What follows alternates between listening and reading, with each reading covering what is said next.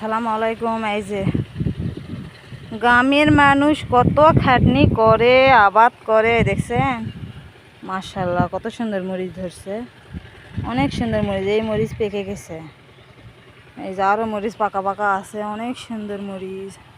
মরিচের ক্ষেত, কত বড় বড় গাছ হয়েছে মরিচের, শুধুমাত্র খালি মরিচ আর মরিচ।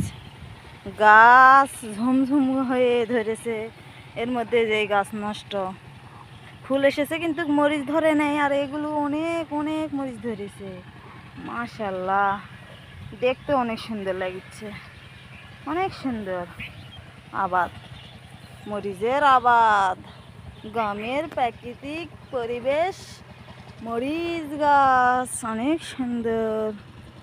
সবাই পাশে থেকো, দোয়া করো আমাদের জন্য। ও মা, এই গাছে আরও ধরছে অনেক অনেক, খালি মরিচ আর মরিচ। দেখে এত সুন্দর লাগছে, কি বলবো আপনাদের, অনেক সুন্দর লাগছে। দেখছেন, খালি মরিচ আর মরিচ, এগুলো সব মরিচ।